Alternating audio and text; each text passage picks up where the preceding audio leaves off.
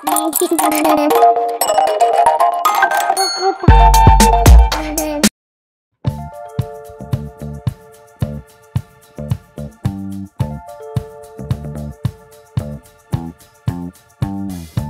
Guys, ಎಲ್ಲರೂ ಹೇಗಿದ್ದೀರಾ? ಚೆನ್ನಾಗಿದ್ದೀರಾ? ನೀವೆಲ್ಲರೂ ಚೆನ್ನಾಗಿದ್ದೀರಿ ಅಂತೇಳಿ ಭಾವಿಸ್ತಾ ನಾನು ಕೂಡ ತುಂಬ ಚೆನ್ನಾಗಿದ್ದೀನಿ. ಗೈಸ್, ಎಲ್ಲರಿಗೂ ನನ್ನ ಯೂಟ್ಯೂಬ್ ಚಾನಲ್ಗೆ ಸ್ವಾಗತ. Welcome back to my YouTube channel all is well blogger Kannada and Tulu blog. Guys, ಇವತ್ತು ನಾನು ಒಂದು ರುಚಿಕರವಾದ ಈ ಕುಂಬಳಕಾಯಿ ನೋಡ್ಬೋದು. ಇದು ಸಿಹಿ ಕುಂಬಳಕಾಯಿ.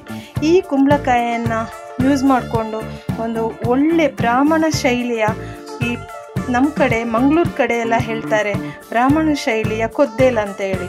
ಹೌದು, ಬ್ರಾಹ್ಮಣ ಶೈಲಿಯಲ್ಲಿ ಒಂದು ಚೆನ್ನಾಗಿರೋ ಸಾಂಬಾರನ್ನು ನಾನು ನಿಮಗೆ ಶೇರ್ ಮಾಡ್ತೀನಿ. ಸೊ ಈ ಕುಂಬಳಕಾಯಿಯನ್ನು ಯೂಸ್ ಮಾಡಿಕೊಂಡು ಯಾವ ಥರ ನಾನು ಈ ರೆಸಿಪಿನ ಮಾಡ್ತೀನಿ ಅಂತೇಳಿ ನಿಮ್ಮ ಜೊತೆ ಎಲ್ಲರಿಗೂ ಶೇರ್ ಮಾಡಿ. ಹಾಗಾದರೆ ವಿಡಿಯೋನ ಸ್ಟಾರ್ಟ್ ಮಾಡೋದಾ? ಮೊದಲಿಗೆ ಇಲ್ಲಿ ನಾನು ಕುಂಬಳಕಾಯಿಯನ್ನು ಈ ರೀತಿ ನೋಡಿ ಮೀಡಿಯಮ್ ಸೈಜಲ್ಲಿ ಕಟ್ ಮಾಡಿ ಇಟ್ಕೊಂಡಿದ್ದೀನಿ.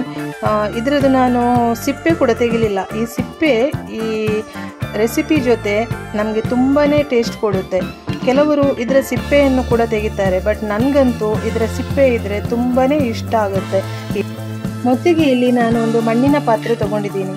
ಅದಕ್ಕೆ ನಾನಿಲ್ಲಿ ಒಂದು ಅರ್ಧ ನೀರನ್ನು ಹಾಕಿ ಅದರ ಜೊತೆ ಈ ಸಿಹಿ ಕುಂಬಳಕಾಯಿ ಹಾಗೆ ಸ್ವಲ್ಪ ಉಪ್ಪನ್ನು ಹಾಕಿ ಈ ಥರ ನಾನು ಬೇಯಲಿಕ್ಕೆ ಇಡ್ತಾ ಇದ್ದೀನಿ. ಸೊ ಇದು ನಾವು ಒಂದು 10 ನಿಮಿಷ ಬೇಯಿಸಿದರೆ ಸಾಕು, ಇದು ಬೇಗನೆ ಬೇಯುತ್ತೆ. ನಾನು ಇವಾಗ ಮುಚ್ಚಳನ ಮುಚ್ಚಿಡ್ತೀನಿ.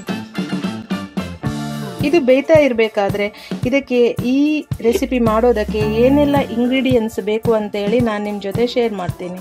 ಈ ಸ್ಪೂನಲ್ಲಿ ಆಗುವಷ್ಟು ಇಲ್ಲಿ ನಾನು 1 ಸ್ಪೂನು ಕಡಲೆಬೇಳೆ ತೊಗೊಂಡಿದ್ದೀನಿ. ಹಾಗೆ ಇದರಲ್ಲಿ 1 ಸ್ಪೂನು ಇಲ್ಲಿ ರಾ ರೈಸ್ ತೊಗೊಂಡಿದ್ದೀನಿ. ಹಾಗೆ ಇಷ್ಟು ಕರಿಬೇವು ಸೊಪ್ಪನ್ನು ತೊಗೊಂಡಿದ್ದೀನಿ. ಒಂದು 25 ಬ್ಯಾಡಗೆ ಮೆಣಸನ್ನು ತೊಗೊಂಡಿದ್ದೀನಿ. ಹಾಗೆ 1 ಸ್ಪೂನ್ ಆಗುವಷ್ಟು ಉದ್ದಿನಬೇಳೆನ ತೊಗೊಂಡಿದ್ದೀನಿ.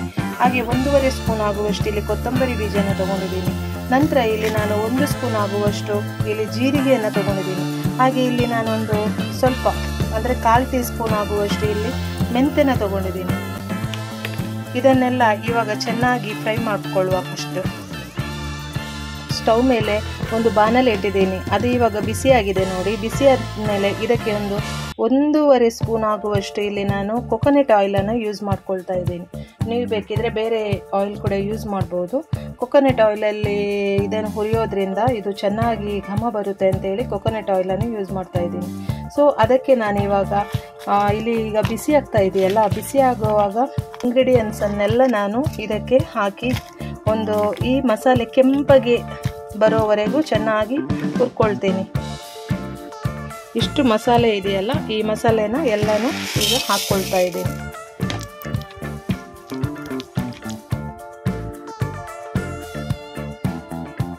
ಇದರ ಘಮ ಬರೋವರೆಗೂ ನಾವು ಚೆನ್ನಾಗಿ ಇದನ್ನು ಹುರ್ಕೋಬೇಕು.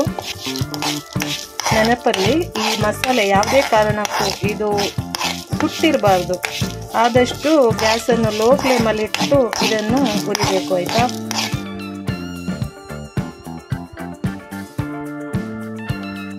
ರೈಸ್ ಹಾಗೆ ಉದ್ದಿನಬೇಳೆ ಎಲ್ಲ ಹಾಕೋದ್ರಿಂದ ಈ ಸಾಂಬಾರು ರುಚಿ ಇದೆಯಲ್ಲ, ಅದು ಒಂಥರ ಇನ್ನೂ ಒಂದು ದುಪ್ಪಟ್ಟು ಘಮ ಬಂದಾಗೆ ಸಾಂಬಾರು.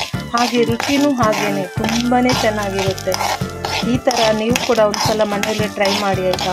ಹಾಗೆ ನನಗೆ ಹೇಳಿ ಹೇಗಿತ್ತು ಸಾಂಬಾರು, ರುಚಿ ಹೇಗೆ ಬಂತು ಅಂತೇಳಿ ನನಗೂ ಕಮೆಂಟ್ ಬಾಕ್ಸಲ್ಲಿ ಹೇಳಿ, ಆಯಿತಾ?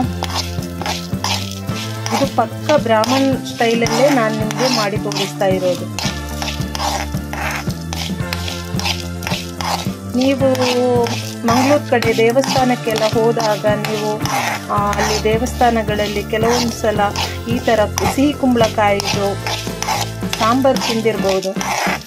ನಿಮಗೂ ಆವಾಗ ಈ ಥರ ಸಾಂಬಾರು ನಾವು ಮನೆಯಲ್ಲಿ ಯಾಕೆ ಟ್ರೈ ಮಾಡಬಾರ್ದು ಅಂತೇಳಿ ನಿಮಗೂ ಮನಸ್ಸಲ್ಲಿ ಬಂದಿರ್ಬೋದಲ್ವಾ? ಸೊ ಇವತ್ತಿನ ಈ ರೆಸಿಪಿ ನಿಮಗೆ ತುಂಬಾ ಯೂಸ್ಫುಲ್ ಆಗುತ್ತೆ ಅಂತೇಳಿ ನಾನು ಅಂದ್ಕೊಂಡಿದ್ದೀನಿ.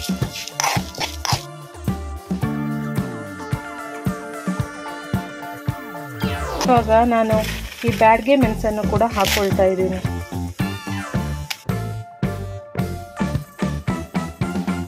ಇಲ್ಲಿ ನೀವು ನೋಡ್ಬೋದು ನೋಡಿ ಎಷ್ಟು ಚೆನ್ನಾಗಿ ಇಳ್ತಾ ಇದೆ ಅಂತ ಹೇಳಿ. ಅದಕ್ಕೇನು ಜಾಸ್ತಿ ಟೈಮ್ ಕೂಡ ಬೇಕಾಗಿಲ್ಲ ನಿಮಗೆ.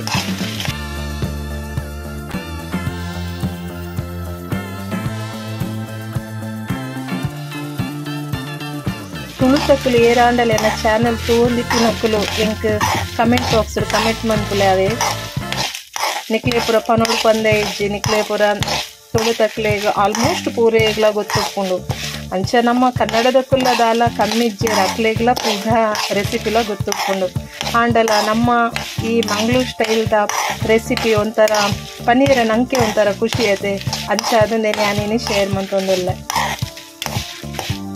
ನೆಟ್ ಒಂಜಿ ಒಬ್ಸರ್ವ್ ಮನ್ಪೋಡು ನಿಕ್ಕುಲ್ ದಾದ ಪಂಡ ನೀರುಳ್ಳಿ ಆವಡು ಬೆಳ್ಳುಳ್ಳಿ ಆವಡು ನೆಕ್ ಯೂಸ್ ಮನ್ಪೇರ್ನೆ ಇಜ್ಜಿ ಅರ್ಥ ಆಯ್ತಾ ಗೈಸ್. ಇದಕ್ಕೆ ನೀವು ಇಲ್ಲಿ ಒಂದು ಒಬ್ಸರ್ವ್ ಮಾಡ್ಬೋದು. ನೀವು ಇಲ್ಲಿ ಈರುಳ್ಳಿ ಆಗಲಿ ಬೆಳ್ಳುಳ್ಳಿ ಆಗಲಿ ಯಾವುದನ್ನು ಕೂಡ ನಾನು ಯೂಸ್ ಮಾಡ್ಕೊಂಡಿಲ್ಲ. ಖಾಲಿ ಇಷ್ಟೇ ಇಂಗ್ರೀಡಿಯೆಂಟ್ಸನ್ನು ಯೂಸ್ ಮಾಡಿಕೊಂಡು ನಾನು ಇವತ್ತಿನ ರೆಸಿಪಿ ಮಾಡ್ತಾ ಇದ್ದೀನಿ. ಇಲ್ಲಿ ಒಂದು 3/4 ಕಪ್ ಆಗುವಷ್ಟು ತೆಂಗಿನ ತುರಿನ ನಾನು ತಗೊಂಡಿದ್ದೀನಿ. ಇದನ್ನು ಕೂಡ ಇವಾಗ ಇದಕ್ಕೆ ಸೇರಿಸ್ಕೊಳ್ತಾ ಇದ್ದೀನಿ.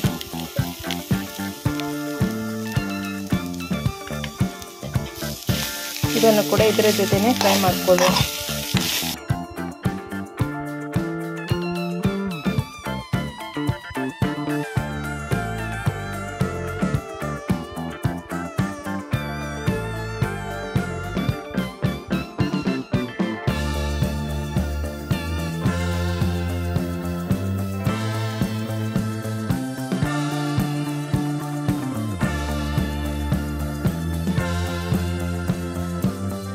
ಮಸಾಲೆ ಎಲ್ಲ ಎಷ್ಟು ಕಂದು ಬಣ್ಣಗೆ ಬಂದಿದೆ ಅಂತೇಳಿ ನಿಮಗೆ ಗಮನಿಸಬಹುದು.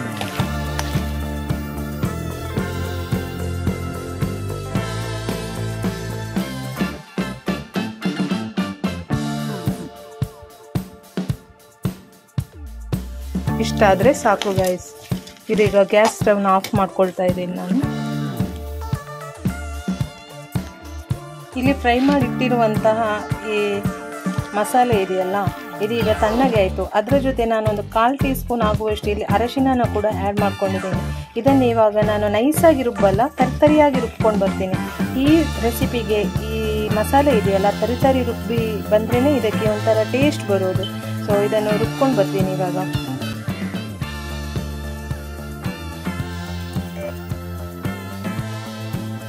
ಇಲ್ಲಿ ಸ್ವಲ್ಪ ನೀರು ನಾನು ಆ್ಯಡ್ ಮಾಡಿಕೊಂಡೆ, ಯಾಕೆಂದರೆ ತುಂಬ ದಪ್ಪ ಆಗಿ ಬಂದಿತ್ತು.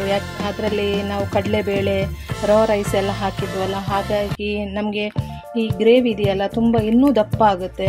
ನಾನಿಲ್ಲಿ ಮಸಾಲೆ ಎಲ್ಲ ಹಾಕಿದ ಮೇಲೆ ಸ್ವಲ್ಪ ನೀರನ್ನು ಇನ್ನೂ ಆ್ಯಡ್ ಮಾಡಿಕೊಂಡೆ.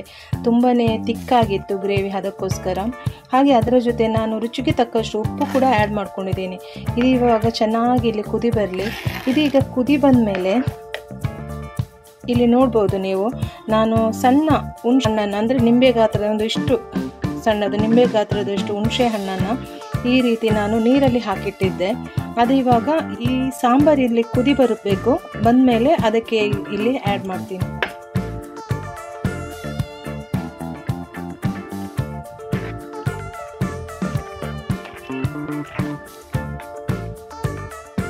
ನೋಡಿ, ಸಾಂಬಾರು ಚೆನ್ನಾಗಿ ಇಲ್ಲಿ ಕುದಿ ಬರ್ತಾ ಇದೆ.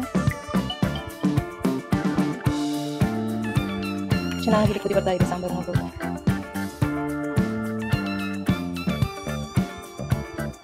ಈ ಟೈಮಲ್ಲಿ ಈ ಉಂಡು ಹಾಕಿಟ್ಟಿದ್ನಲ್ಲ, ಈ ಹುಣಸೆ ಹಣ್ಣಿನ ನೀರನ್ನು ಇದಕ್ಕೆ ಸೇರಿಸ್ಕೋಬೇಕು. ಹಾಗೆ ಅದರ ಜೊತೆ ನೋಡಿ ಒಂದಿಷ್ಟು ಬೆಲ್ಲನ ಕೂಡ ಹಾಕ್ಕೊಳ್ತಾ ಇದೆ.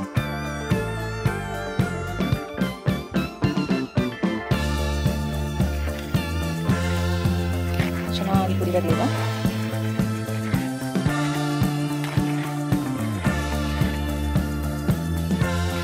ಹಾಗೆ ಈ ಟೈಮಲ್ಲೇ ನೀವು ಉಪ್ಪೆಲ್ಲ ಸರಿಯಾಗಿದೆಯಾ ಅಂತ ಹೇಳಿ ಚೆಕ್ ಮಾಡ್ಕೋಬೇಕು. ನಾನು ಉಪ್ಪು ಕೂಡ ಹಾಕ್ಕೊಂಡಿದ್ದೀನಿ. ಸೊ ಇಲ್ಲಿ ಸಾಂಬಾರು ರೆಡಿ ಆಗ್ತಿರ್ಬೇಕಾದ್ರೆ ನಾವು ಇದಕ್ಕೊಂದು ಒಗ್ಗರಣೆ ರೆಡಿ ಮಾಡುವ. ಇದು ಚೆನ್ನಾಗಿ ಈಗ ಕುದಿ ಬರಲಿ.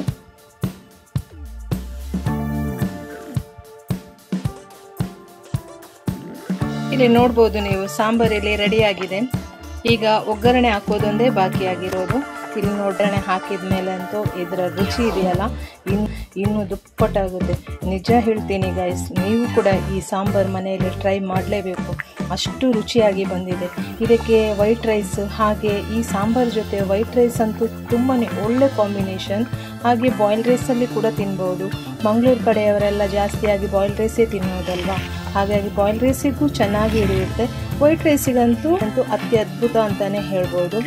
ಸೊ ನಾನು ಹೇಳಿದೆ ಅಲ್ವಾ, ಈ ಸಾಂಬಾರಿಗೆ ನಾವು ರುಬ್ಕೊಂಡಿರುವ ಮಸಾಲೆ ಇದೆಯಲ್ಲ ಅದು ತುಂಬಾ ಮುಖ್ಯ ಆಗುತ್ತೆ. ನಾವು ನೈಸಾಗಿ ರುಬ್ಕೊಂಡ್ರೆ ಅದೊಂಥರ ನಮಗೆ ಅಂದರೆ ಯಾವುದು ಸಾಂಬಾರು, ಈ ಸಾಂಬಾರಿಗೂ ಬೇರೆ ಸಾಂಬಾರು ನಾವು ಮನೆಯಲ್ಲಿ ಮಾಡ್ತೀವಲ್ಲ ಅದಕ್ಕೂ ಏನು ಡಿಫ್ರೆನ್ಸೇ ಇಲ್ಲದಾಗೆ ಆಗುತ್ತೆ. ಇದು ನಾನು ತರಿಯಾಗಿ ಸ್ವಲ್ಪ ರುಬ್ಕೊಂಡಿದ್ದೀನಿ. ಈ ಸಾಂಬಾರು ತಿನ್ನುವಾಗ ಅದು ಕೊತ್ತಂಬರಿ ಬೀಜ ಆಗಲಿ ಜೀರಿಗೆ ಆಗಲಿ ನಮ್ಮ ಬಾಯಿಗೆ ಸಿಗುತ್ತೆ, ಗೊತ್ತಾಯ್ತಾ. ಆ ಮೆಣಸಿದು ಸಿಪ್ಪೆ ಆಗಲಿ ಅದೆಲ್ಲ ನಮಗೆ ಬಾಯಿಗೆ ಚೆನ್ನಾಗಿ ರುಚಿ ಕೊಡುತ್ತೆ. ಅದೇ ಒಂಥರ ಡಿಫ್ರೆಂಟ್ ಅಂತಲೇ ಹೇಳ್ಬೋದು. ಮನೆಯಲ್ಲಿ ಟ್ರೈ ಮಾಡಿ ಆಯಿತಾ. ನಾನು 100% ಹೇಳ್ತೀನಿ ಕೇಳಿ, ಇದು ಎಲ್ಲರಿಗೂ ನಿಮ್ಮ ಮನೆಯಲ್ಲಿ ತುಂಬಾ ಇಷ್ಟ ಆಗುವಂತಹ ಸಾಂಬಾರು ಇದು. ಸಿಹಿ ಕುಂಬಳಕಾಯಿ ತಿನ್ನದವರು ಕೂಡ ಈ ರೆಸಿಪಿ ಮಾಡೋವಾಗ ಇದರ ಸ್ಮೆಲ್ಲಿಗೇ ಬಂದು ಏನು ಮಾಡ್ತಾ ಇದ್ದೀರಾ, ನಮಗೂ ಕೊಡಿ ಅಂತೇಳಿ ಅಷ್ಟು ಎಕ್ಸೈಟ್ಮೆಂಟಲ್ಲಿ ಬಂದು ಕೇಳೋ ಥರ ಆಗುತ್ತೆ. ಸೊ ಎಲ್ಲರೂ ಮನೆಯಲ್ಲಿ ಒಂದು ಸಲ ಟ್ರೈ ಮಾಡಿ ಆಯಿತಾ. ಒಗ್ಗರಣೆ ಕೊಡಲಿಕ್ಕೆ ಅಂತೇಳಿ ರೆಡಿ ಮಾಡ್ತಾ ಇದ್ದೀನಿ. ಇವಾಗ ಇದಕ್ಕೆ ನಾನು ಒಂದು 3 ಸ್ಪೂನ್ ಆಗುವಷ್ಟು ನಾನು ತೆಂಗಿನ ಎಣ್ಣೆನ ಹಾಕಿದ್ದೀನಿ. ಇಲ್ಲಿ ಈಗ ಬಿಸಿ ಆಗ್ತಾ ಇದೆ. ಬಿಸಿ ಆಗಬೇಕಾದ್ರೆ ಇಲ್ಲಿ ನಾನು ನೋಡಿ ಇಲ್ಲಿ ಸಾಸಿವೆನ ಹಾಕ್ಕೊಳ್ತಾ ಇದ್ದೀನಿ. ಈ ಸಾಸಿವೆ ನೋಡಿ ಚಿಟಪಟ ಅಂತೇಳಿ ಸಿಡಿತಿರ್ಬೇಕಾದ್ರೆ ಇದಕ್ಕೆ ನಾನು ಬ್ಯಾಡ್ಗೆ ಮೆಣಸನ್ನು ಕೂಡ ಹಾಕ್ಕೊಳ್ತಾ ಇದ್ದೀನಿ. ಹಾಗೆ ಅದರ ಜೊತೆ ನಾನು ಸ್ವಲ್ಪ ಹಿಂಗನ್ನು ಕೂಡ ಹಾಕ್ಕೊಳ್ತಾ ಇದ್ದೀನಿ.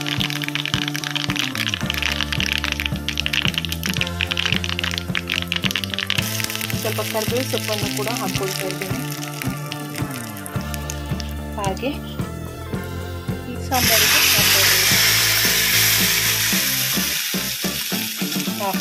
ನೋಡಿ ಏನು ಸೌಂಡ್ ಬರ್ತಿದೆ ನೋಡಿ. ಈಗ ನಮ್ಮ ಸಿಹಿ ಕುಂಬಳಕಾಯಿ ಸಾಂಬಾರ್ ರೆಡಿ ಆಯಿತು. ಅದು ಕೂಡ ಬ್ರಾಹ್ಮಿನ್ಸ್ ಸ್ಟೈಲಲ್ಲಿ ನಾನು ಇವತ್ತು ಸಿಹಿ ಕುಂಬಳಕಾಯಿ ಸಾಂಬಾರ್ ರೆಡಿ ಮಾಡ್ಕೊಂಡಿದ್ದೀನಿ. ಸೊ ಈ ರೆಸಿಪಿ ನಿಮಗೆಲ್ಲರಿಗೂ ಇಷ್ಟ ಆಯಿತು ಅಂತೇಳಿ ಅಂದ್ಕೊಂಡಿದ್ದೀನಿ. ಇಷ್ಟ ಆಗಿದ್ರೆ ನೀವೆಲ್ಲರೂ ನನ್ನ ವಿಡಿಯೋಗೂ ಕೂಡ ಒಂದು ಲೈಕ್ ಕೊಡಿ.